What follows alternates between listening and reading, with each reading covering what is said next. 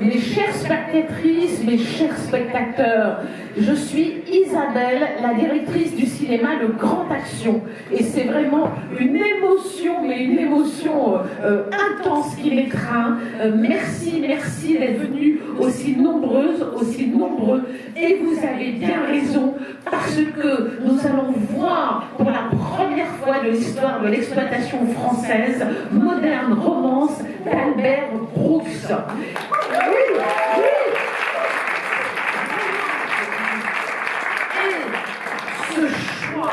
Et ce choix éclairé, ce choix judicieux, ce choix exigeant, novateur et étonnant, c'est bien sûr celui de Michael Moore.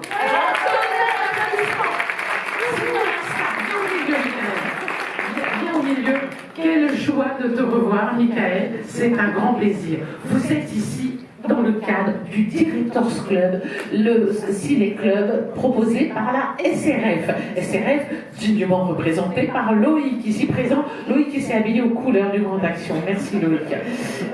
Et le Directors Club est coordonné cette année, parce qu'on ne dit plus programmé, puisque ce sont les invités qui programment, donc coordonné cette année par Gaël Lépingue et Laurent Larivière.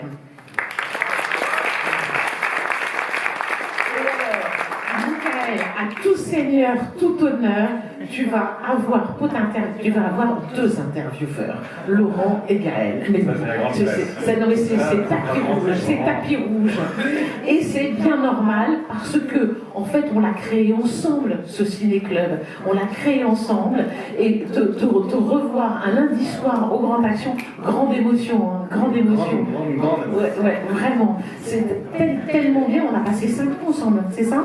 4 ans, on a passé 3 ans ensemble, on est à la 5e année du cinéma. Oui, d'accord. Et toi, 3 ans. 3 ans. D'accord, ok.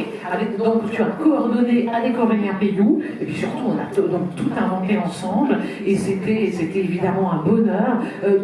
Déjà, ton empathie, tu es passionné, et c'est magnifique de partager toutes tes émotions cinéphiles. C'est vraiment, tu aimes autant les gens que les films, tu en parles avec passion, et tu es un vrai passeur, tu transmets cette passion, et ces 3 ans passés à tes côtés, bah tu vois, je pensais que c'était simple, mais non, c'était intense. C'est toi que j'étais passionné, parce que tu me transmets ton énergie. Et c'était vraiment absolument incroyable, donc grande émotion de te revoir, Michael.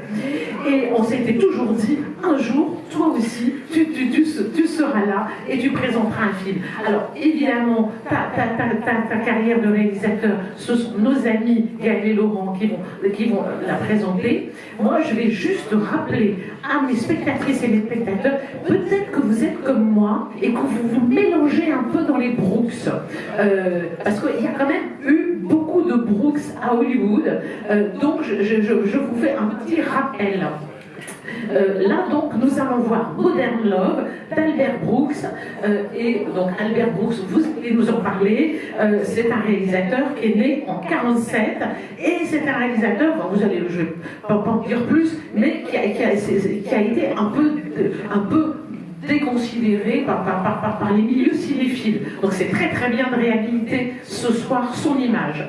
Nous avons bien sûr Richard Brooks. Richard Brooks, c'est le plus âgé. Il est né en 1912, mort en 1992. Et Richard Brooks, c'est bien sûr La chatte sur un toit brûlant, Lord Jim, La chevauchée sauvage.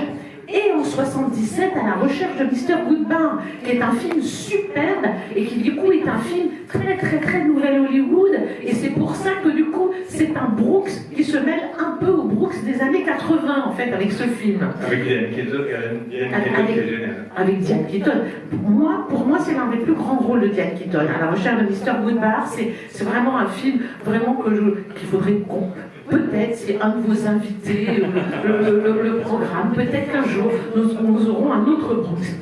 Et si nous avons un autre Brooks, eh bien, ce sera le 3e Brooks du Directors Club, car nous avons eu James Lee Brooks, qui est donc né en 40, et qui est le réalisateur en 83 de Tendre Passion. Et Michael, quand tu as... Qu'on a passé au ciné-club. Exactement, quand tu as demandé à Justine Trier ce qu'elle voulait passer, quand j'ai demandé à Guillaume Drax ce qu'il voulait passer, Oui. qui lui a appelé Justine Triet pour parler du film avec Je crois que c'est Justine qui t'a dit oui, et après Guillaume a voulu venir. Enfin, en tout cas, il y en a un c'est qui Guillaume qui a l'a voulu venir. programmé, et c'est Justine qui a fait modération. Donc on a appelé pour venir parler du film avec Guillaume. Parce que Justine avait fait découvrir le film à Guillaume. Et James L. Brooks, donc on va en parler pas mal ce soir parce que vous allez voir, est un acteur du film, on va voir ce soir, du film Zelda Brooks. Et voilà, donc James L. Brooks, donc c'est en 83 Tendre Passion, beaucoup d'autres films, et très récemment, là, en 25, Ella McKay. Et puis, évidemment, last but not least, c'est Mel Brooks, évidemment, qui est né en 1926, qui nous a quand même tous fait rire depuis notre tendre adolescence, voire depuis notre enfance. Moi, quand j'étais enfant, j'adorais les films de Mel Brooks, avec l'inénarrable producteur en 68, en 74, Frankenstein Jr., et en 76, La dernière folie de Mel Brooks. Voilà, c'était un peu pour vous aider à vous repérer dans tous les Brooks. Et Mel Brooks, qui est encore vivant, qui a 99 ans. Quand je dis né en 26, c'est qu'il n'y a pas de date de disparition. Il est toujours. Et tous ces gens-là ne sont pas de la même famille, il faudrait quand même. Ouais, c'est ça qui est absolument incroyable. Il n'y en a qu'un seul qui nous a quittés, c'est Richard Brooks, qui nous a quittés en 82. Voilà. Et bien donc voilà, bienvenue Michael, bienvenue à la maison, vraiment grand plaisir. Et on va maintenant demander comment ça se passe dans une autre maison à la SRF. Alors, merci d'être venus si nombreux et si nombreuses ce soir. Donc, la SRF, en quelques mots, pour ceux et celles qui ne connaissent pas, c'est une association qui a été créée en 68 pour défendre les cinéastes. Donc, défendre avant tout le droit d'auteur, la liberté de création et la diversité des formes. Aujourd'hui, la SRF, elle se compose un peu en deux volets, un volet politique, à savoir continuer à conserver et améliorer la condition des cinéastes auprès des institutions, des organismes privés, et un volet culturel qu'on fête également ce soir à travers donc des ciné-clubs, des tables rondes, aussi dans les deux festivals qu'a créé la SRF, à savoir Brive et La Quinzaine. Et ces volets culturels est aussi possible grâce à de très beaux partenariats donc comme le Grand Action et la région Île-de-France qui soutient cet événement depuis bientôt 5 ans. Voilà. On vous invite également à se retrouver à la fin de la séance pour un verre juste en face. Donc voilà, restez surtout avec nous. Merci Loïc. Bonsoir. C'est vrai que c'est une séance un petit peu particulière pour nous, puisque moi je me souviens, j'ai donc hérité du Directors Club l'année dernière avec Antoine Barraud. Je me souviens des premières réunions avec toi, Michael, donc c'est vraiment super voilà, que tu sois là ce soir. On est très très très heureux de pouvoir être là avec un film, en plus évidemment, t'as marqué le coup, qui est un film quand même quasiment inédit, enfin, voilà. Donc, et d'un très très beau cinéaste dont on aura l'occasion de parler tout à l'heure. Et juste un mot pour vous présenter Michael. Donc, comme vous l'avez compris, on est très heureux de le recevoir. Michael qui a réalisé 2 longs métrages, Let My People Go en 2011 et en 2017, Simon et Théodore. Il y a peut-être des liens avec Brooks, et peut-être on en parlera tout à l'heure. En tout cas, je vous souhaite une très bonne projection et très heureux que vous soyez aussi nombreux. Je crois qu'on explose l'audience. On explose tous nos quotas, Michael. Michael en rockstar. C'est vraiment ma bar mitzvah, quoi. À tout à l'heure. Ma mère, c'est une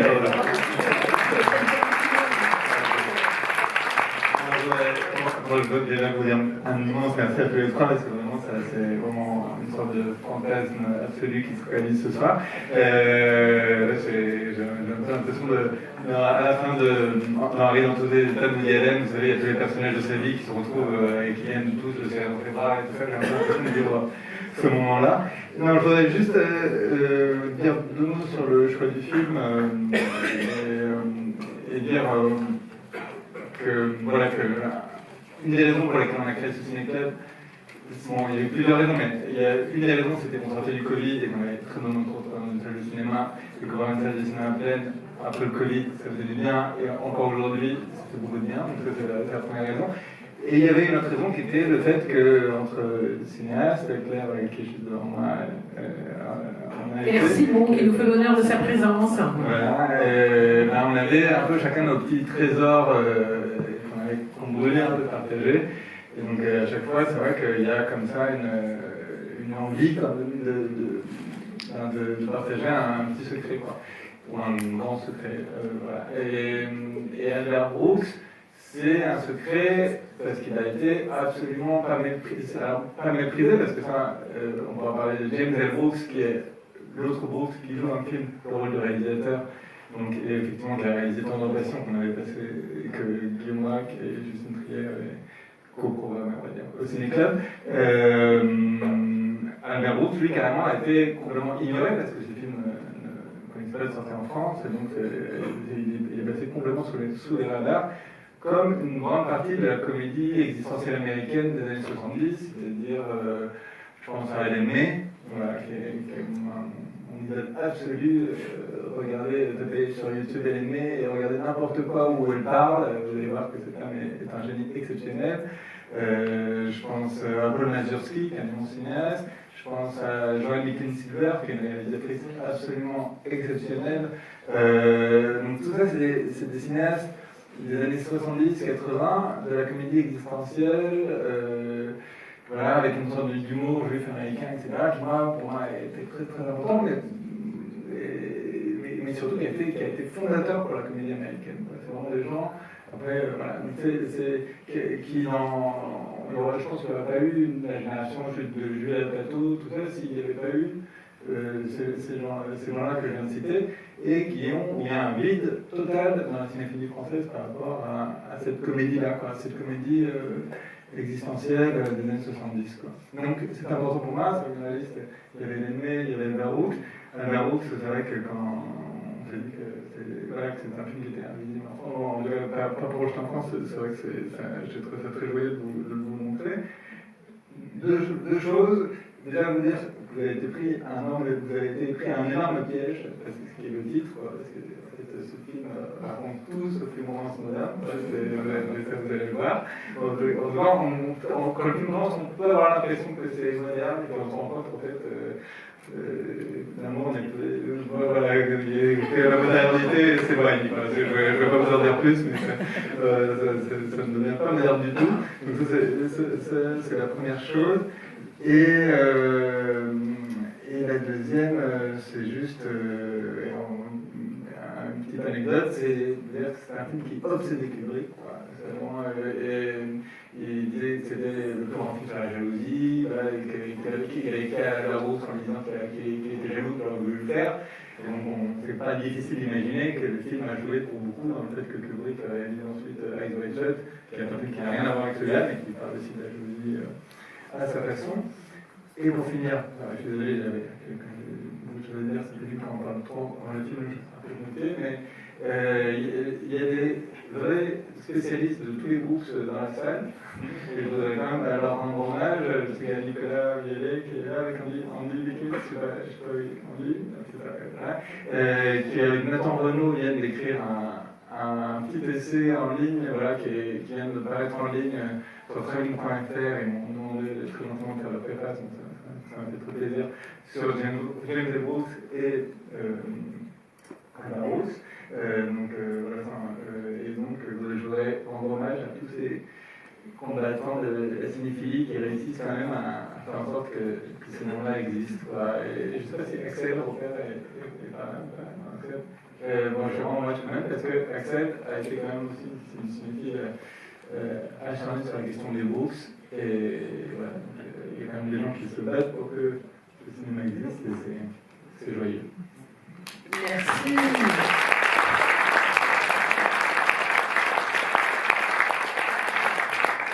Projection et on retrouve après donc Michael, Gaël et Laurent.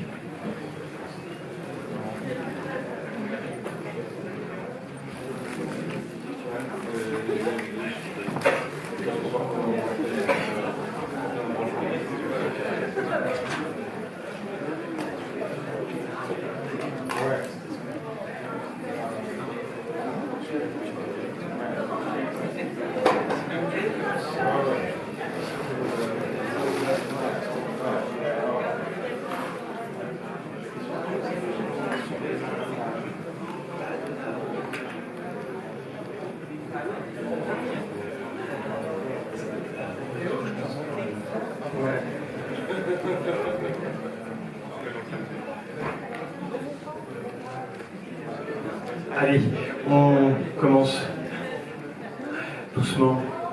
Peut-être, je me disais, donc c'est le deuxième long métrage réalisé par Albert Brooks, donc entre Real Life qui est juste avant et Lost America qui est après. Et peut-être ce qui le différencie comme ça de prime abord, c'est une espèce de radicalité, c'est-à-dire que vraiment on est à l'os. Vraiment, il y a un truc très étouffant qui ne quitte jamais les personnages et même dans la chronologie, c'est extrêmement resserré. Bah, c'est vrai que j'avais très envie de montrer un film d'Albert Brooks et je me suis posé la question d'hésiter entre Modern Romance et son film après qui s'appelle Lost in America, qui est absolument génial. Si vous avez aimé ce film, regardez Lost in America. J'espère, je finis par là, mais j'espère que vous avez aimé ce film. Pendant toute la production, je repensais à la toute première séance qu'on a fait au Director's Club. Il avait le cas Salvadori. Et il a montré le tour de Becker pendant toute la séance, il était terrifié. Et il arrêtait pas de me dire les gens sont en train de s'ennuyer, les gens sont en train de s'ennuyer. Et il était hyper angoissé. Et c'est vrai qu'on a hyper angoissé quand on montre notre propre film, qu'on a choisi de montrer à quelqu'un d'autre. Et en fait, bizarrement, c'est une angoisse qui est un peu différente en tout cas. J'espère que je vous ai pas fait subir quelque chose. Mais par rapport à cette radicalité que je vous ai fait subir, en tout cas, moi je la trouve très forte, très marrante, très intéressante. Et c'est vrai que elle est particulière par rapport à Albert Brooks parce que c'est vrai que d'ailleurs c'est un cinéaste qui a arrêté d'essayer des choses, des formes. Son premier film Real Life est très intéressant, c'est un film qui parle d'une certaine façon de la télé-réalité avant l'heure. Et Modern Romance, effectivement, c'est un film sur l'obsession. Et c'est un film qui creuse la tombe du personnage jusqu'à la fin du bout de la tombe, de son obsession. Moi je pense que c'est étonnant que Kubrick a là-dessus, parce que c'est un truc de Kubrick, c'est que c'est un grand obsessionnel, et j'ai envie que s'il y a un film sur l'obsessionnel, c'est celui-là. Et c'est un film qui ne lâche rien là-dessus, sur l'obsession, sur la boucle. Après, c'est un truc, je pense qu'il faut parler, c'est le motif de la boucle, comment tout n'est que la soirée qui passe avec ses filles qui vient du dîner et qui redépose chez elle, c'est-à-dire que tout n'est que bouche, quoi. Tout n'est que partir d'un point pour se dire qu'on va aller quelque part et que tout va être formidable et puis revenir à l'endroit de départ. Au montage, c'est pareil.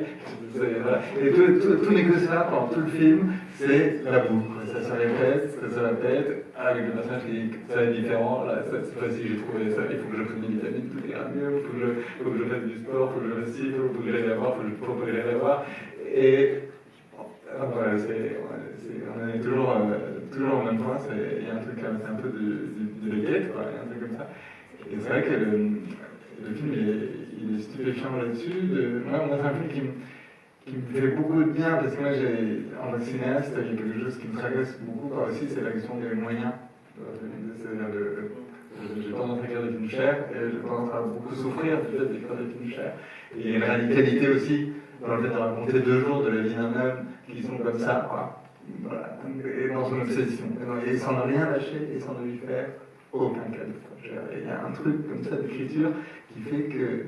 Alors, moi, je trouve ça... C'est un film qui me fascine parce que c'est un film où ça pose la question de quoi on vit aussi, quoi. C'est-à-dire parce que... Alors, en fait, à la fois... je me suis beaucoup questionné, même en le voyant, parce que forcément, c'est un film que je connais depuis très longtemps. Le monde a changé, je me suis dit, quand on regarde ce film en 2026, sur la femme, sur le comédie abusif et tout ça, et en même temps, le film lui fait à ce point aucun cadeau, quoi. Aucun cadeau. Il n'y a rien qui est idéalisé, romantisé, et on ne peut même pas se dire que son charme vient de là, quoi. Il y a quelque chose qui est... où il est quand même insupportable. À la fin, quand il lui demande de l'épouser, on est en train de dire dis non. Et elle dit oui. Et ouais, évidemment, on met à l'ironie de tout ça, et à quel point on est dans la boucle, et dans le gouffre, et dans la névrose, et jusqu'au fond du fond, quoi. Mais ce que je trouve vraiment dément, c'est cet équilibre dans l'écriture de comédie qui fait qu'on arrive à se dire que ça ne concerne pas que lui, au fond, que ça ne concerne pas. Alors, on est heureusement tous aussi obsessionnels, abusifs, etc., que cet homme-là. Mais il y a un endroit en nous qui est comme ça, quoi. Moi, je trouve que c'est aussi à ça que ça me sert le cinéma. C'est-à-dire, je sais qu'il y a Naked de Mike Leigh qui est ressorti, c'est un peu du local, mais qui est ressorti, je vous conseille très fort d'aller voir si vous ne connaissez pas Naked, un film magnifique de Mike Leigh, avec un personnage aussi qui est un immense salopard, et en même temps, qui a une folie, bon lui il est carrément psychotique, mais moi quand je vois des films comme ça, je me dis voilà, ça explore une part de nous, ça joue quelque chose de l'humain, et à condition vraiment d'être implacable, de ne rien céder là-dessus. Pour moi, il n'y a pas un centimètre sur lequel vous faites sur la vérité de ça, la complexité de ça, et je trouve que c'est. Voilà, je trouve ça époustouflant. Il y a une chose qui m'a impressionné, moi je découvre le film ce soir, et c'est l'utilisation de la musique. Et parce qu'il y a assez peu de musique, je crois, extra-diégétique dans le film. Au début, il y a juste les incursions des chansons, qui sont assez drôles, et tout d'un coup, il y a cette nuit très singulière, où, comme tu disais, il boucle, il repasse devant la maison, etc. Et là, tout d'un coup, il y a une musique de film qui accompagne toute cette nuit, qui est vraiment très belle, qui est assez lyrique, assez romanesque, c'est vraiment très très beau, et tout d'un coup, c'est la bascule. Après, on va le voir au travail, et c'est la reconquête. Ouais. Bah oui, j'adore l'utilisation de musique dans le film parce que je trouve qu'en fait, il est dans une espèce d'ironie qui va permettre de jouer avec la comédie romantique. En fait, c'est ça, depuis le début du film, on se dit, ah ok, ça va être une comédie de mariage. Et d'une certaine façon, c'est une comédie de mariage. Et ça d'ailleurs, j'aimerais bien en parler, je ne vais pas faire la comédie de mariage, mais sur la musique, c'est génial, le moment où il est dans la voiture avec la fille de l'invité, cette pauvre femme qui n'a rien demandé à la personne et qui se retrouve embarquée dans le délire de Steve. Pardon, je parle trop vite.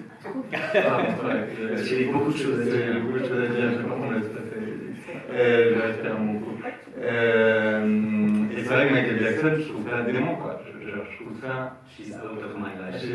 Et le silence, et comment cette femme se met à regarder autour d'elle en parlant très bien ce qui se passe, et lui, évidemment, voilà.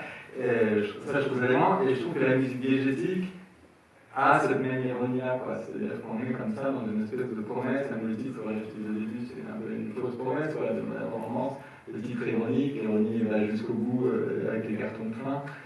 Et la musique, elle est dans ces idées-là, une espèce de sentiment, de sentimentalisme, même, mais qui est tendre, quoi, qui est réel. C'est-à-dire que c'est ça qui est beau aussi, c'est un personnage complètement paranoïaque, et en même temps tendre aussi, quoi. Il y a une sincérité vraiment aussi. On a l'impression que la musique nous dit que le film va y croire, et le fait qu'il se mette au travail, parce qu'on sait qu'il est monteur depuis le début, mais on ne l'a jamais vu travailler. Et là, il y a une bascule, tout d'un coup, on le voit travailler, il est à la table de montage, il est en train de remonter. Et j'ai l'impression que ça fait aussi un parallèle avec le fait que peut-être il va remonter sa vie. C'est bien juste ce que tu dis.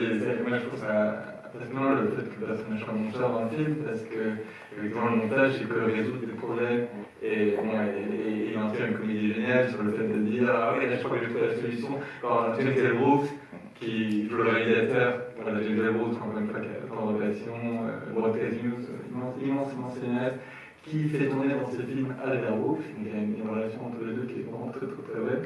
Et donc, comme James Brooks arrive en disant, je crois que j'ai trouvé la solution, en fait, c'est le bruit des pas qui va pas, on va sauver le film en faisant ça. D'une certaine façon, il fait la même chose que ce que fait Albert Brooks en essayant de trouver une solution pour sa vie amoureuse, pour sa vie en général, quoi. Et on fait tout ça, en fait. On est tous en train de s'accrocher au fait qu'on a trouvé la solution, et évidemment, c'est jamais la solution, quoi. C'est les gars qui disaient, et joue encore, et joue mieux, quoi. Donc, tout le film est là-dessus. Et après, le fait qu'ils sont monteurs, c'est aussi intéressant parce que dans le film d'Albert Brooks, il y a toujours un rapport, pas forcément au cinéma, mais à l'image, quoi. C'est-à-dire que dans Real Life, donc c'est un film pour la télévision, que le personnage réalise sur une famille. Dans Lost in America, après, il est publiciste, comment on dit la force publicitaire. Et donc à chaque fois, il y a quelque chose sur l'image du rêve américain, en fait. Sur une sorte d'image du rêve américain et de la force américaine, la navette spatiale, tout ça. Il y a une promesse de plénitude, quelque part, dans le rapport à l'image, à chaque fois dans ce que compose, de ce que raconte le métier du personnage avec la roue. Et évidemment, après, il faut vivre avec la déception de cette promesse, qui est la promesse du rêve américain, qui est la promesse du bonheur, en fait, qui est forcément pas atteinte, en fait. Et pour moi, le cinéma de la roue, c'est un cinéma qui prend des formes différentes de film en film, mais qui est tout le temps en train de montrer le revers, pas de l'Amérique, mais de l'image de l'Amérique. Vous voyez, c'est le cinéma à l'envers. C'est le cinéma à l'envers de ce que le cinéma américain promet, d'une certaine façon. C'est drôle sur le cinéma parce qu'on peut penser pour le coup à des films de Mel Brooks ou de Black Edwards, sur Hollywood, Silent Movie ou Sob, qui là pour le coup sont complètement dans la farce. Et là, effectivement, il y a quelque chose de vraiment différent dans cette espèce de réalisme quand même.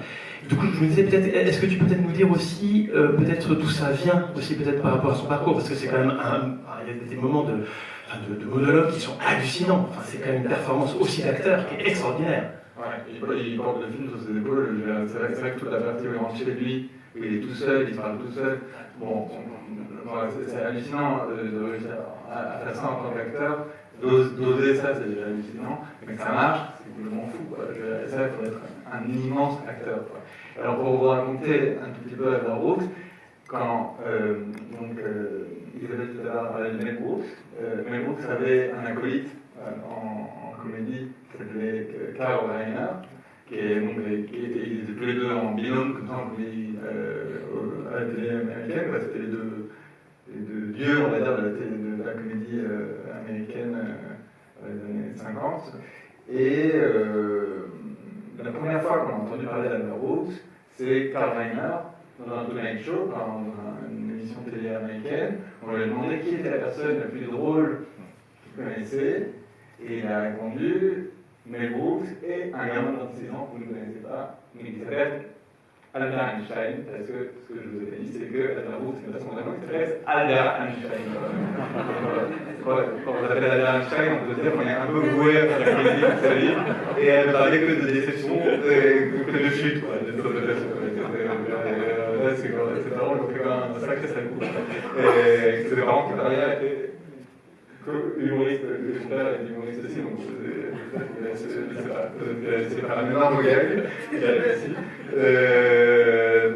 Voilà, donc il a parlé de la route en disant que c'était la personne plus grande de l'Amérique. Et ensuite, la route a commencé à faire des apparitions dans des émissions de Tonight Show, comme des émissions de variété, de divertissement de l'époque. Il a fait des gags qu'on peut trouver sur YouTube, qui sont hilarants, un gag sur un faux ventriloque, un très beau ventriloque, genre avec sa poupée. Alors il parle tout du long, comme ça, il est à côté. Alors moi, je ne vais pas vous raconter le gag, mais c'est hilarant, c'est vraiment hilarant. Et donc c'était un vrai génie de la comédie, quoi. Et puis il a grandi, d'ailleurs, avec Rob Reiner, qui, pour des raisons qu'on peut avoir un hommage, qui est atroce récemment, qui était le camarade de lycée d'Albert Brooks. C'est comme ça que le père Reiner, donc le père de Rob Reiner, connaissait Albert Brooks. Ils ont grandi à Los Angeles et ils ont grandi dans le cinéma. C'est aussi ça quand on voit des films comme ça, c'est-à-dire que le cinéma, c'est pas. C'est le réalisme aussi. Voilà, c'est aussi ça sur le réalisme, c'est qu'il a grandi là-dedans, c'est le monde dans lequel il a grandi, c'est le monde avec lequel il compose. Et donc voilà, et à un moment, on lui a proposé d'avoir sa propre émission à la télévision, et il a eu une intuition qui est assez démente, c'est de dire non, moi je vais pas du tout envie de porter ma propre émission, je vais faire le premier, je vais faire un truc, je vais faire quelques sketchs, mais il faut inviter un présentateur différent à chaque émission, chaque semaine, et c'est devenu le Saturday Night Live qui existe encore aujourd'hui et qui est le fondement de la comédie américaine. C'est-à-dire que ce qu'on appelle le SNL, c'est vraiment le vivier, le BABA, tous les plus grands comiques de Bill Murray, tous les grands comiques sont passés par là. Et encore aujourd'hui, être invité à être host, à être présentateur de SNL, c'est une sorte de consécration pour les acteurs, pour les chanteurs, etc. Donc il a fondé ça, bon, là, c'est aussi dire son génie à cet endroit. Et puis il a réalisé donc, après ces films qui n'ont pas eu énormément de succès. Alors c'est quand même quelqu'un qui s'est battu aussi toute sa vie avec l'ombre de Woody Allen, parce qu'on l'associe beaucoup au cinéma de Woody Allen. Et lui, c'était quelque chose avec lequel il était en profond désaccord. En fait, il ne se reconnaissait pas du tout dans le cinéma de Woody Allen. Et je pense qu'il avait raison de ne pas se reconnaître dans le cinéma de Woody Allen. C'est un par ailleurs j'aime beaucoup et qui était très important pour moi aussi. Mais pour moi, c'était pas du tout la même chose. Et justement, par rapport à la question du réalisme, c'est parce que chez Brooks, il y a toujours la question du rapport à la réalité et de la déception. C'est-à-dire qu'il n'y a rien pour nous consoler de la déception de ce qu'on nous avait promis et qu'on n'a pas. Et ça, pour moi, c'est une énorme différence en fait. Et c'est là où, chez Woody Allen, on peut se poser une question par rapport au personnage qui n'est pas du tout la même, parce que c'est romantisé, etc. Avec Brooks, c'est jamais romantisé. Il y a toujours une part presque de sauvagerie, quoi, d'un côté comme ça. Et derrière, il est aussi acteur. Il joue dans Taxi Driver, un petit rôle, si vous avez Taxi Driver en tête, il joue le collègue de travail de Sybil Shepherd dans Road Boy. Et après, il a joué dans Drive, récemment. C'est lui qui fait la voix du père de Nemo, donc le personnage de Nemo, si vous revoyez la VO, en VO Nemo de Pixar, c'est lui. Mais là, il est très frustré. Rob Reiner, avant de mourir, a réalisé un documentaire sur Albert Brooks. Et Albert Brooks n'avait jamais accepté qu'on fasse un documentaire sur lui. Et en gros, il a dit qu'il avait fini par accepter parce qu'il en avait marre qu'on lui parle de Nemo et il avait l'impression qu'il allait rester que Nemo en fait à la fin de sa vie et qu'il avait quand même un petit peu envie qu'on parle de ses films parce que ses films n'ont pas beaucoup marché en fait. C'est-à-dire qu'il n'a jamais fait un énorme succès. Et en même temps, quand on voit un film comme ça, on voit bien que c'est pas un film good movie, quoi. On sort de là en se disant, bon, bah, du coup, ok, qu'est-ce qu'on va dire de ce soir? Il y a quand même un truc sur le rapport humain qui est pas jojo, quoi. Mais voilà, mais qui est.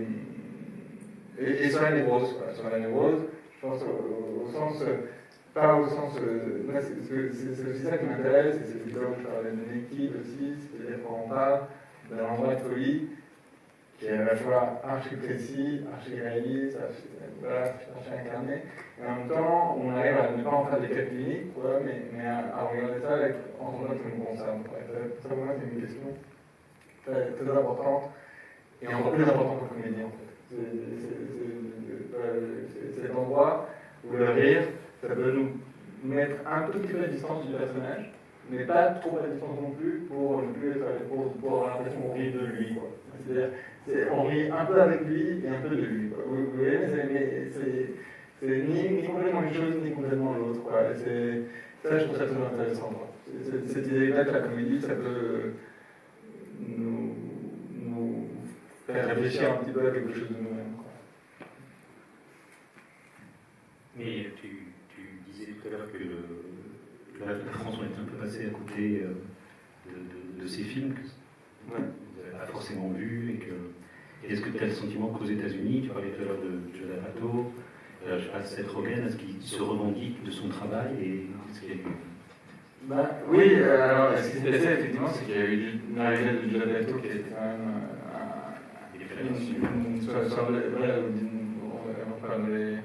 à la fin des années 2000, fin des années 2000 et début 2010, quoi. C'est un truc à partir des années 2000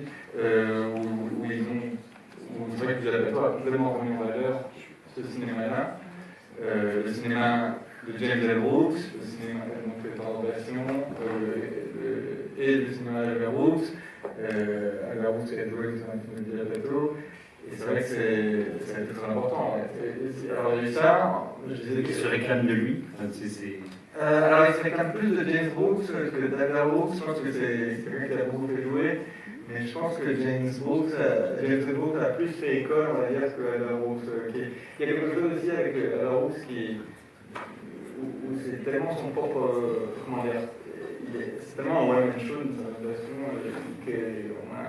on a l'impression qu'à la fois on peut faire des choses, mais que c'est. J'ai écrit un film en disant j'ai écrit un film comme disait Albert Brooks, pour moi c'est une impasse totale. Là où avec James L. Brooks, il y a une forme de rapport au personnage, d'écriture et tout ça, qui est un peu plus comme du lui, quand même, une sorte de. Le monde qui vient est très moche, c'est pas du tout le monde, il y a des formules qu'on peut quand même un peu reprendre à son compte. Avec la bourse, je trouve ça plus difficile. Quoi. Mais après, bon, voilà, donc, en tout cas, il a été revalorisé à ce moment-là. Et en France, c'est vrai qu'il y a eu La Lettre du cinéma, donc, qui est un magazine des années 2000, qui a quand même pas mal œuvré pour que, c'est vrai que je parlais d'Axel Européen, qui a pas mal œuvré pour que James Selbourg soit révélé au moment de la sortie de Spanglish en 2005. Et les cahiers du cinéma aussi ont fait un boulot sur les années 2000. Mais après, ça c'était James Selbourg, donc qui est le réalisateur d'un film et qui a fait des films incroyables. Mais Albert Brooks, il est quand même resté relativement dans l'ombre, d'où l'importance de l'essai qui est sur travelling.fr. Voilà, je vous parlais en début de séance. Si vous avez des questions ou des remarques, n'hésitez pas. La discussion est ouverte. Je voulais parler peut-être de la comédie du mariage tout à l'heure. Ah oui, parce qu'en fait, la comédie du mariage, c'est un genre qui a été théorisé par Stanley Cavell, donc un philosophe américain, qui concerne notamment des films des années 50, où les personnages divorcent au début du film, et puis se remarient à la fin. Et entre le début et la fin, ils vont, disons, réévaluer les termes du contrat du mariage. Et donc c'est une sorte de genre comme ça, qui est institué par Stanley Cavell, qui est un philosophe magnifique, qui a vraiment fait emparé du cinéma en se disant que le cinéma nous apprenait d'une certaine façon à vivre, et que le cinéma pouvait comme ça éclairer la vie. Et donc il a écrit un livre comme ça qui s'appelle À la recherche du bonheur, donc je parlais de la recherche du bonheur tout à l'heure, qui parle comme ça de comment un couple se sépare au début du film, et pendant tout le film, ils ne font que réécrire un contrat de mariage pour, à la fin, avoir un rapport peut-être plus équilibré, ou en tout cas se retrouver en meilleure terme. Et donc là, on est dans une espèce de torsion, d'inversion du cinéma de mariage. En fait. C'est-à-dire qu'il y a du mariage parce qu'il y a la structure du cinéma de mariage. Mais sauf qu'ils n'ont rien appris, quoi. Ils n'ont rien appris, quoi. C'est même pire qu'avant, en fait. En fait, ils creusent leur tombe, quoi. Donc, en fait, je trouve qu'il y a là aussi par rapport à ce qu'on disait sur l'ironie, un peu le rapport à la comédie, il y a une ironie sur cette comédie du mariage-là, quoi. Il y a quelque chose sur le fait de dire, on parle, et au final, on n'a fait que faire des tours, quoi. Il y a quelque chose comme ça, moi, ça c'est. Moi, je suis très. Je ne vais pas vous faire. Je vais pas faire d'accord, mais en tout cas, c'est très. Il y a quelque chose. La quantité, il n'y a pas de rapport sexuel pour dire que justement, on se parle, mais il n'y a pas de rapport en fait. C'est-à-dire qu'on. À la dire, on n'est pas sur la même longueur d'onde. C'est-à-dire qu'on l'un dit un truc, l'autre dit autre chose, et en fait, ça se rejoint pas. En fait. Est-ce qu'il y a des questions dans la salle? Ou des ajouts des spécialistes de groupe. Des gens qui veulent juste dire ce qu'ils en ont pensé, parce que Mickaël a besoin de savoir. Oui, oui. Est-ce que vous avez été choqué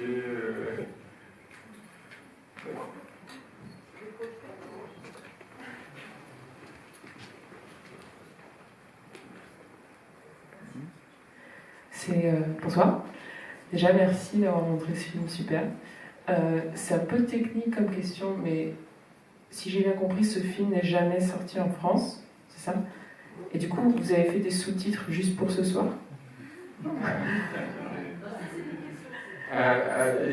voilà. C'est technique, hein. Bon, en tout cas, oui, il a fallu aller en retrouver pour que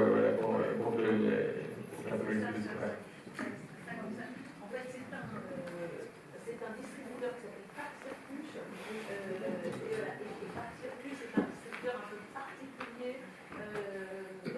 C'est un distributeur qui est un relais entre toutes les éditeurs américaines et l'Europe. Ils sont basés en Écosse et autant les distributeurs français nous fournissent des copies, du matériel, organisent des groupes de presse, autant Parcircus ne fait pas tout ça.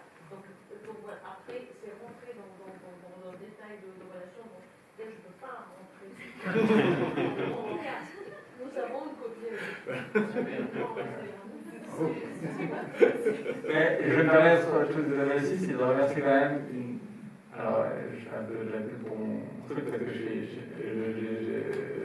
participe à cette plateforme, mais à la Cinétech, qui est une plateforme de VOD pour regarder des films de patrimoine qui est assez formidable et qui n'est pas pour rien sur le fait qu'on ait pu voir le film ce soir.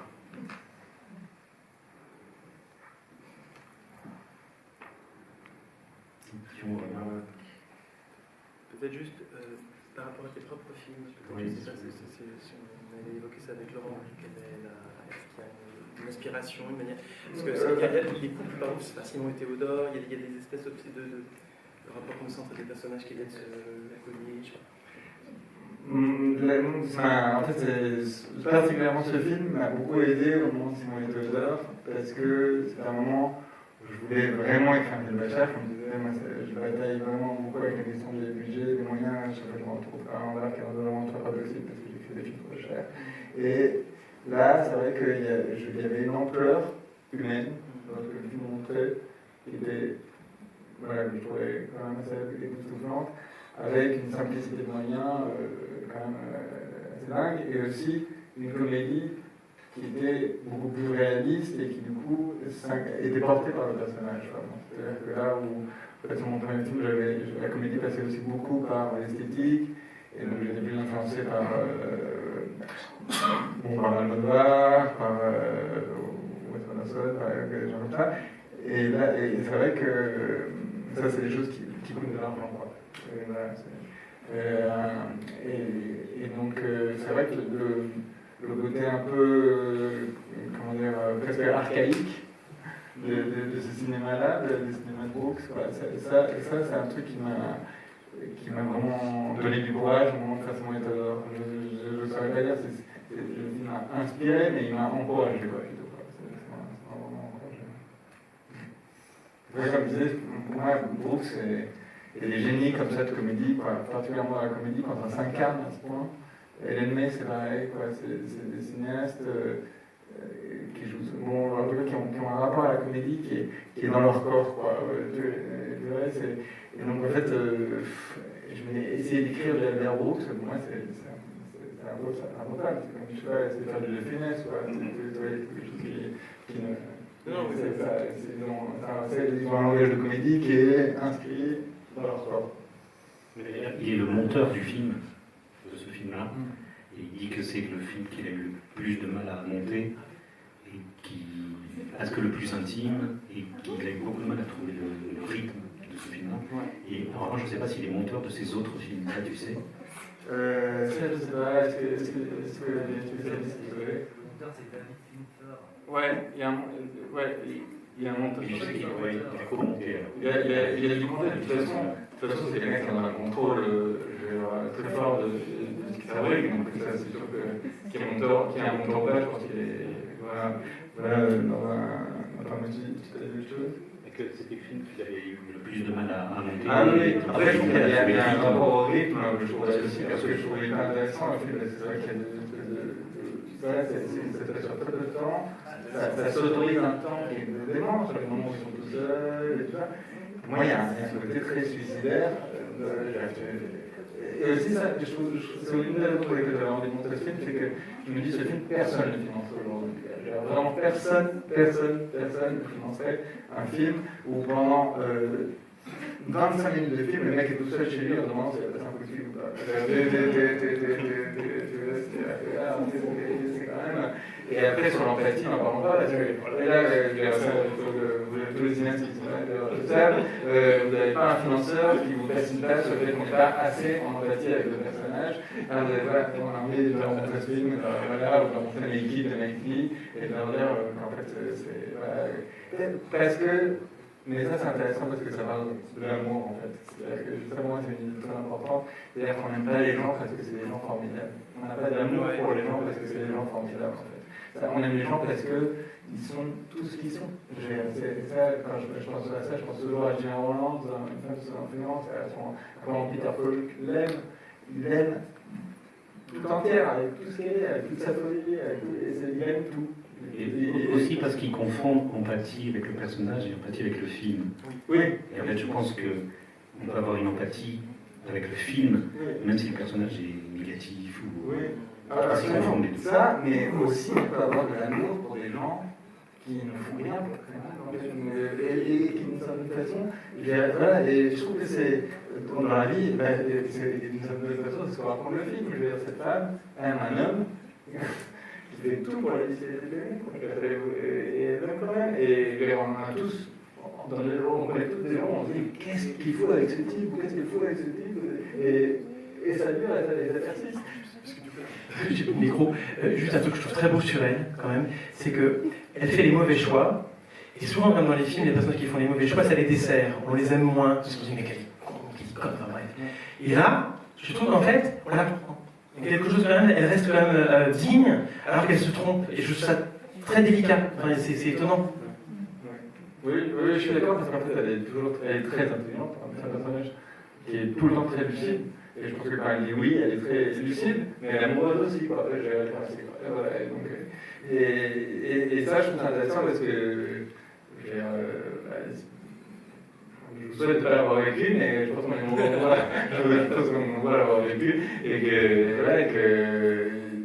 là, l'amour, c'est autre chose que compter les points, quoi. Et l'empathie, c'est autre chose aussi, quoi.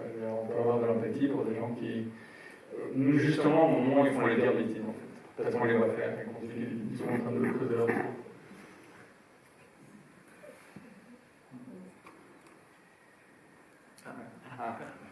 Voilà, sûr.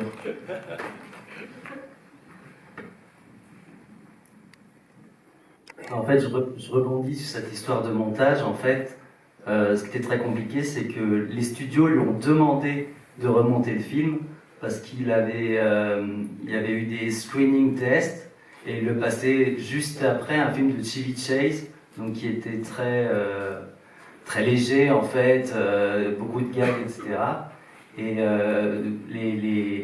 les cartes, quand les gens écrivent ce qu'ils ont pensé du film, ils disaient qu'ils ne comprenaient pas qui était le problème avec ce mec. Il avait une belle voiture, une belle copine, et du coup les retours étaient très mauvais en fait. Et lui, ce qu'il raconte, Albert Brooks, c'est que juste après ça, il était vraiment effondré parce que il voulait lui faire remonter le film, etc. Et il a eu le coup de fil ensuite de Stanley Kubrick, qui lui a dit que c'était le meilleur film qu'il ait jamais vu sur la jalousie, en tout cas qu'il aurait aimé faire. Et ce qui était rigolo aussi, c'est il lui demandait comment il a fait pour faire tout ça, et Albert Brooks disait non mais vous, comment vous avez fait pour faire tourner la caméra dans le vaisseau spatial? Moi j'ai juste tourné en voiture autour du pâté de maison, quoi. Et oui, par rapport à cette histoire qu'il a influencé la comédie américaine, il y a aussi un truc que j'ai appris il n'y a pas très longtemps. C'est il y a le petit oiseau qu'il a, Petey. Par exemple, dans Dumb and Dumber, la perruche s'appelle Petey, et ce serait alors je ne crois pas que ce soit les frères Farrelly, mais c'est le scénariste du film qui était fan du film et qu'il a appelé Petey du coup. Et voilà. Merci. Moi, il a beaucoup de spécialistes et je voulais poser une question. Au générique, il a Fred Helms comme caméraman, qui est chez Opérateur Village. Et l'assistante caméra, c'est Catherine Colson, qui est la Log Lady. Est-ce que quelqu'un sait qu'est-ce qui se passe avec Lynch dans ce film? Non, je sais pas. Vous savez? Après, c'est des vrais Californiens, quoi. C'est Lynch comme Bruce. C'est des gens J'ai fait tous les deux Erase en fait d'abord. Ouais. Donc je me suis dit peut-être. Ouais. Mais c'est vrai que quand tu parlais de Chevy Chase, il y a un truc sur, aussi qui est assez intéressant avec le décalage de la comédie américaine de son époque. C'est-à-dire qu'il est totalement en décalage, parce qu'on est dans une comédie beaucoup plus, quand on voit Caddyshack, des films comme ça, beaucoup plus foldingue, très, pas du tout une comédie réaliste, naturaliste, au contraire, on est plutôt dans le sketch. Et lui-même, d'ailleurs, il fait des sketchs, je parlais de Saturday Night Live, donc Il avait fait un truc très drôle dans le genre gag. Il avait fait une fausse annonce pour une école de comédie dans un magazine, sur 2 pages, en disant qu'il fallait envoyer un test avec des questions complètement bidons, en disant qu'est-ce qui est plus drôle, est-ce que c'est le personnage pète, est-ce que c'est le personnage rose, le cocher avocat, etc. Et là, les trucs, c'était vraiment, il lançait vraiment une école de comédie, il y avait des milliers de candidatures qui avaient afflué chez lui. Donc tout ça pour dire que c'est un gamin, un mec de sketch. Mais dans ces films, il n'est pas dans le sketch, quoi. C'est pas du sketch, quoi. C'est pas la qualité au début, voilà. Il y a une vision de cinéma qui va bien au-delà de ça et qui détonne un peu avec la façon dont on a décrit la comédie au début des années 80.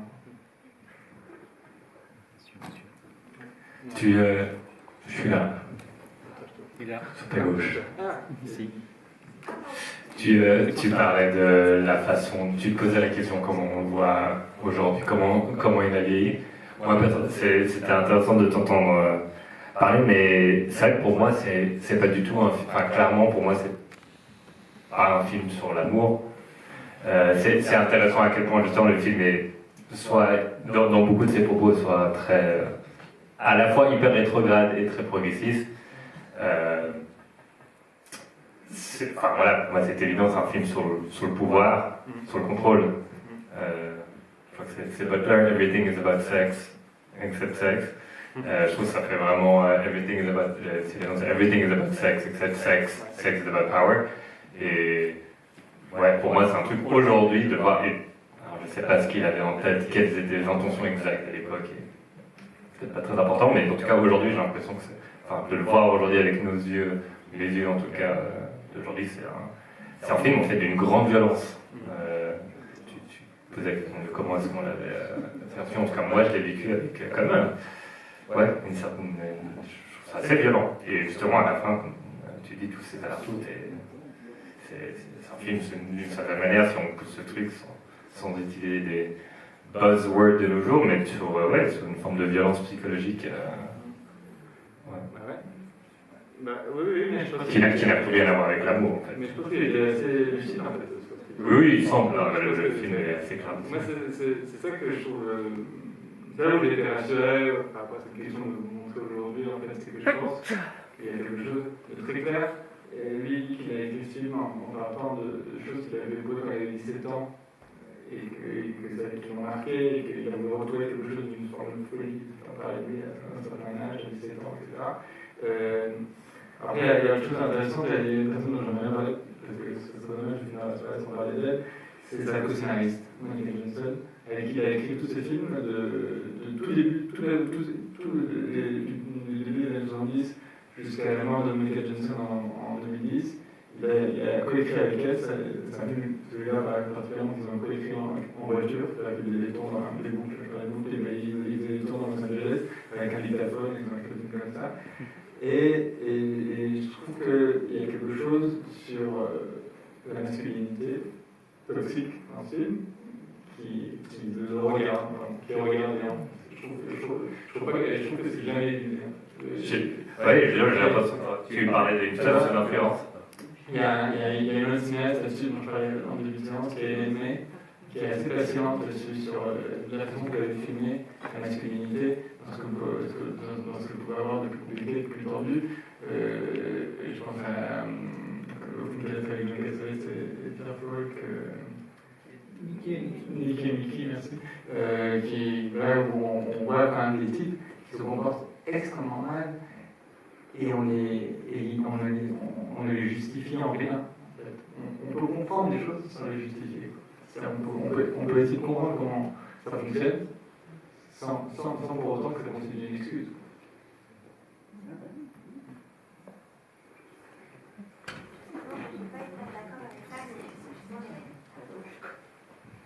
Je ne sais pas si c'est soirée débat, mais ça peut être rigolo. Justement, moi, je me suis sentie un peu comme toi, très violentée à la fin du film. Je me suis dit, il va peut-être la tuer. Enfin, vraiment, j'ai eu hyper peur pour elle. Et le fait qu'elle dise oui au mariage, je me suis dit, peut-être les cartons de fin, c'est 2 ans après, elle fut assassinée, je sais pas quoi. Et en fait, les cartons de fin, c'est ils se marièrent, ils se séparèrent, ils se remarièrent, etc. Et sur ces cartons notamment, je trouve qu'on a un des exemples de naïveté, on fait revenir de la comédie légère, et finalement on blague sur le fait que c'est des gens qui vont tout le temps jouer à se mettre ensemble et à se séparer, pas autant que c'est une femme qui subit un homme violent, quoi. Oui, sauf qu'on ne le voit jamais lui subir elle, on la voit elle le subir lui tout au long du film, c'est ça que je me raconte. C'est univoque. Et après, ce que tu dis sur le fait qu'on a l'impression qu'elle a tué, moi je pense que le film en joue très consciemment, parce que ce décor de cabine dans les bois, c'est un décor de film d'horreur. Donc je pense que le film, il joue justement avec les codes, avec le genre de film d'horreur à ce moment-là, pour nous emmener au fin fond de la folie de ce personnage. Moi je les trouve exactement comme ça, je les trouve de la même façon. Quand je vois le film, à chaque fois c'est pareil, et là aussi, j'en voulais pour dire à chaque fois que c'est quand même spectaculaire de voir les films de cinéma, parce que c'est un film que j'ai vu 1 million de fois chez moi, et là j'ai l'impression de le redécouvrir, quoi. Et je l'ai ressenti avec plus de force que jamais. Que tu dis, c'est-à-dire le fait de venir, il va la tuer en fait. Qu'est-ce qu'elle fait là? Il faut qu'elle se sauve en fait, elle est en danger.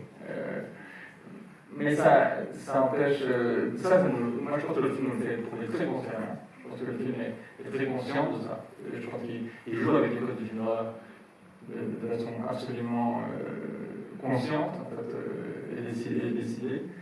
Et que cette espèce de boucle sur le fait de dire il se marie, il se remarie, etc.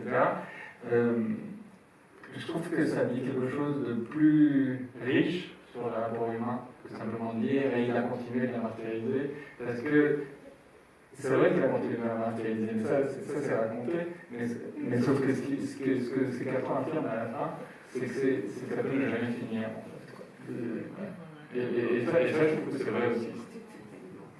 J'ai l'impression que la distance qu'il y a entre les phrases, parce que j'ai pu prendre aussi la première phrase comme quelque chose d'un peu humoristique, en fait la distance de la deuxième phrase puis de la troisième, moi ça m'a achevé. Et j'ai vraiment trouvé ça extrêmement violent, parce que justement tout n'était pas donné d'un coup, mais qu'il y avait quelque chose qui s'installait, et j'ai eu un sentiment de durée très puissant justement. Et en fait ça n'arrêtera jamais. Je trouvais ça horrible.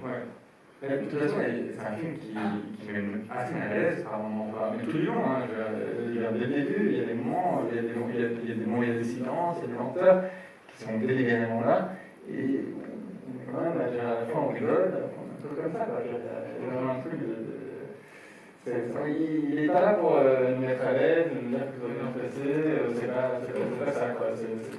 On est vraiment capopière. Une dernière question. Pardon, pour aller un peu dans le sens de la dernière intervention, je trouve le film vraiment génial et merci beaucoup de l'avoir montré. Mais c'est vrai qu'il aurait, sur cette dernière réplique en fait, on sent qu'on sort un petit peu d'une forme de réalisme assez cru qu'il y a dans le film pour arriver dans une pirouette finale qui est géniale parce que rien qu'à entendre la réaction dans la salle, qui était un rire mêlé d'horreur, voilà, ça fonctionne très bien et c'est génial, mais voilà, on sort un peu de ce réalisme sentimental qui serait plus du côté de James L. Brooks justement et pas tellement d'Albert Brooks, mais je dirais quand même que là-dessus le film a peut-être un petit défaut qui est le même que celui du personnage principal, c'est-à-dire qu'il évidemment ce qu'il appelle de l'amour et pas de l'amour, et il est obnubilé par ses propres problèmes, et c'est vrai que si on voudrait légitimer ce oui final, il faudrait qu'il y ait une part de folie chez le personnage féminin, et la seule folie du personnage féminin, c'est d'aimer cet homme, et à part ça, à part qu'elle est drôle et on voit qu'elle est intelligente, il manque peut-être quelque chose qui irait dans le sens de cette folie pour, disons, légitimer organiquement ce retournement final, mais je dirais que ce petit défaut est corrigé, je trouve, dans le film suivant que j'avais vu, Lost in America, qui est un film, pour le coup, où vraiment le couple existe, qui est beaucoup plus égalitaire en termes de personnages. Tout aussi. Non, mais ça, je suis absolument d'accord. C'est-à-dire que dans Lost in America, le personnage féminin est beaucoup plus riche, beaucoup plus complexe, on va dire. Là, moi, ce que je trouve qu'elle a pour elle, c'est qu'elle est quand même extrêmement intelligente. Et d'ailleurs, elle dit à 2 ou 3 reprises dans le film, c'est pas de l'amour. Ce que t'as pour moi, c'est pas de l'amour. Ça, elle le dit dans le film. je trouve ça très important. Mais c'est vrai, ce que tu dis sur le cinéma américain est vrai, c'est-à-dire qu'il y a une sorte de pied d'égalité entre les personnages dans le cinéma américain, qui n'est pas là, parce que là, on est dans son point de vue à lui, quoi. On est avec lui tout du long. C'est vrai, donc c'est vrai qu'il y a un espace comme ça de précision dans l'écriture du personnage qui est du personnage féminin qui est plus riche et sans doute plus réussi dans le cinéma américain. Alors, pour toujours reparler de la fin, parce que c'est vrai que c'est une scène très intéressante, moi j'ai l'impression que le oui de Marie, je le vois plus comme une sorte de oui, de lassitude. Enfin, j'ai plus l'impression qu'elle baisse les armes en fait à ce moment-là, qu'elle n'en peut plus, et qu'elle baisse face à le harcèlement du personnage principal. En fait. Je ne l'ai pas vu. C'est vrai que sa folie aurait été intéressante, mais je trouve que sur le film, j'ai plus l'impression que c'était. Elle cède en fait. C'est un oui de. Je trouve pas le nom, mais elle cède en fait à ce moment-là parce qu'elle est fatiguée. Et je trouve ça de lassitude, oui. Donc, elle est heureuse qu'on la demande en mariage quand même. Ouais, et encore, j'ai plus l'impression qu'il y a une forme de. Ouais, elle est heureuse, et en même temps, peut-être qu'elle craque nerveusement à ce moment-là, en fait. Et qu'elle dit oui pour le moment, mais pour acheter la paix sociale, en fait, d'une certaine manière. Et je trouve ça, c'est très dur, mais très vrai aussi sur la nature humaine, en fait, sur les relations sociales. Ah, bref, ouais. J'ai l'impression qu'en fait, l'emprise aurait pu être un peu plus précis, en fait. C'est vrai que je pense que c'est une sorte de remarque, c'est vrai que mais en même temps, quand on parle de la radicalité du geste, en même temps, le geste, il est stylé, et il permet ce qu'il permet, en fait. Donc c'est vrai que je ne vois pas comment dans l'écriture, il aurait pu trouver l'espace de ça, en fait. Mais voilà, le film a aussi les limites de ses forces, de son conséquence. Toute dernière intervention. Oui, bonsoir. Je voulais juste dire que, Albert Brooks se met en scène, c'est lui qui joue. Et je me suis posé la question, est-ce qu'il aurait pu traduire un acteur, faire jouer un acteur à sa place? Bon, ça c'est une chose qui m'a frappé. Et d'autre part, pendant le film, j'ai pensé à Woody Allen, mais chez Woody Allen, il y a une sorte de dérision qui est là. Et là, il n'y a pas de dérision. C'est pour ça que moi j'ai ressenti un malaise tout du long de ce film, c'est que le personnage, le réalisateur qui joue ce personnage-là, ne cherche pas à nous séduire ou nous rassurer, quoi. Et c'est... Voilà. Oui, je suis d'accord avec vous. Moi, je ne cherche pas à nous rassurer du tout. Je crois qu'il cherche à nous inquiéter. Et on rit de notre inquiétude aussi, quoi. Voilà, je trouve que c'est intéressant de sortir de là, d'être un tout petit peu plus conscient de ce qu'on est capable de faire les uns aux autres en se disant qu'on s'aime. Ça dit quelque chose. C'est un rapport amoureux au fond de ça.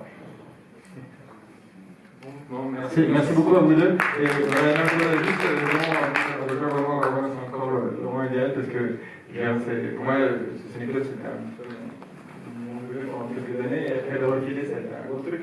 Et le fait de voir que le Nicolas est encore à ce point vivant, à ce point vraiment un succès, c'est vraiment grâce à vous. Et voilà, je suis très reconnaissant. Merci. Juste deux informations. Oui. À juste titre, parce que c'est une immense réalisatrice. J'ai le plaisir de vous annoncer que je reçois un de ces films mythiques, Mickey and Nicky, et ce sera au début de l'été 2026. Avec John Cassavetes. Avec une copie restaurée. Et c'est John Cassavetes et Peter Falk qui jouent les deux rôles principaux. Trois dates à venir. 9 mars, Marine Francel présentera Trois femmes de Robert Altman.